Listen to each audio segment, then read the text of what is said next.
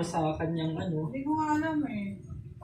sa kanyang panahon. At masasabi natin na dito lang siya nakalibing. Oo, simple lang ang kanyang living. Dito po sa Nagkarlan, sa public cemetery. Pero wala akong mabalitaan na nadalaw siya ni Julia Saan yung Barreto or ni Nagkarlan? Dennis Padilla. Oo. Kasi, Nagkarlan. ewan ko ba? Nagkarlan. Batangas? Hindi ko sure kung ano. Iba yung hangin ng cemetery dito. So, abangan niyo po yung vlog natin dahil galing na ako kanina pero inuna kong i-upload to.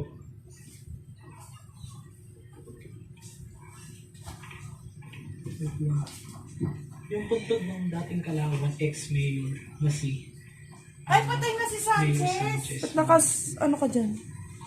Patay na Si pala Kajen. si Sanchez. Ba't nakasiksik ka dyan? Ng rape? Oo. Patay na pala. Ay, ano? Namatay na pala yun. May mga kabahulog dito. Sa Lipa City yun eh.